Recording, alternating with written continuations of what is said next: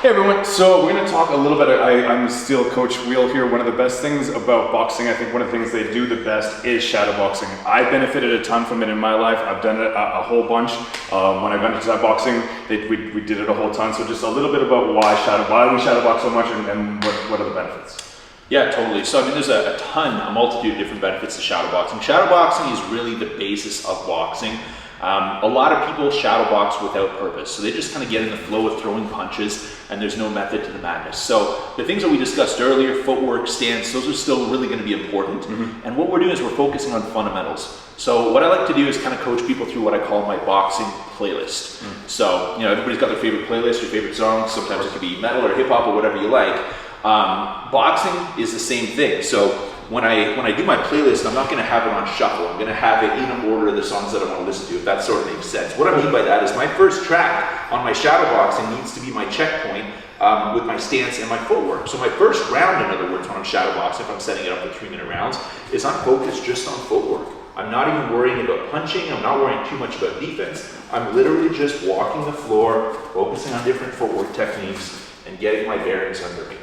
So my second round, or my second track, is going to be defense. I'm going to start incorporating some head movement, visualizing shots coming at me, changing levels while using my footwork. And then my third track is going to be, I'm going to start adding counter punches, okay? So the reason that I don't look at just starting with free flow and punches is because it's a good way to develop bad habits. People get into this rhythm of just kind of like winging punches, and then they're not really actually honing any techniques. The trickiest part about shadow boxing is visualizing an opponent in front of you, okay? So it's not just about the physical, it's about the mental, mind to muscle connection. I'm seeing the jab coming, I'm slipping, right? I'm seeing my opponent coming in with the two, maybe I'm stepping, I'm pivoting, I'm moving off. You know, I'm slipping up and I'm countering. So it's offensive and defensive, it's proactive and reactive, and it's adding all those things together, okay? So if you think of like a symphony or an orchestra, a ton of different instruments playing all at the same time. You can have 20 of the greatest musicians in the world. If they're not reading the same music, if they're not on the same time, if they're not playing the same song, what's it going to sound like? Horrible trash. It'll sound like noise, right? Yeah. Well, it's the same thing. If I'm moving my feet, but they're not in sync with my head and my hips, if I'm moving my hands and it's not in sync with everything else, my playlist isn't going to sound too awesome. Right? So it's not footwork, then head movement, then counter, then defense. It's like everything has to flow together. My head's moving while my feet are moving. I'm working off of it. So everything just starts to flow together in this boxing playlist. So typically a good workout for a beginner boxer would be 3 rounds of shadow boxing focus. So footwork first, head movement and defense second, and then incorporating your punches afterwards. Then I'd usually start with maybe 3 rounds of jump rope, 3 rounds of bag work or pad work, maybe some light technical sparring, and then some double-ended bag or speed bag work, and then some ab work and cool down. So that's kind of a good setup for a beginner boxer. The good news is with that type of a program, even if you don't have access to a ton of fancy equipment or a big gym, you can pretty well work through all of that with punching bag, pair of gloves, and the jump rope. You don't need a whole lot of stuff, right? Space, yeah. So even if you haven't got training partners, that's the beauty of shadow boxing, is you can just throw your headphones on and find your rhythm and go with it. I make a lot of comparisons to music because I find for me, if you can find that rhythm, whether you're listening to hip hop or whatever your go-to is, I've had guys that shadow box to jazz, I'm telling you, whatever feels good, but you gotta feel that rhythm and then get into your rhythm and then flow with it. So everything's moving, head's moving, feet are moving, and then you're working off, right? So let's go for like maybe 30 seconds or so, and we're just gonna move around. Just kind of visualize and see punches coming.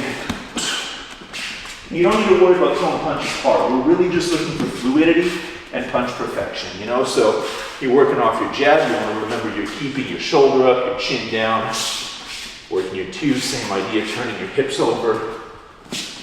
And then after you're done punching, we move.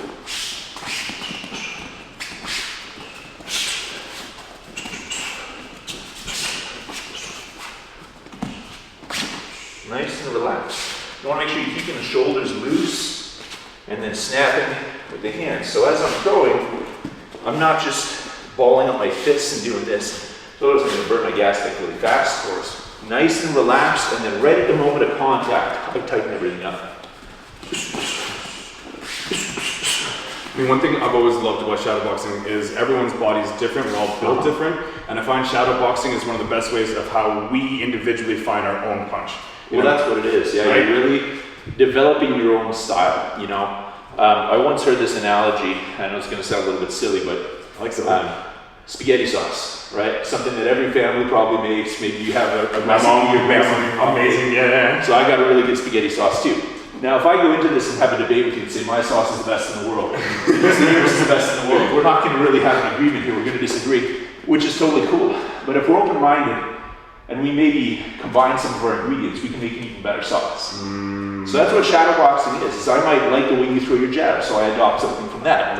I might like the way that my other coach, I don't know, slips his too, or moves his feet. Yeah. So you take little bits here and there and you make your own style, and that's what makes it fun and unique. That's cool. Yeah, you make your own sauce. Like it. Cool? Appreciate it.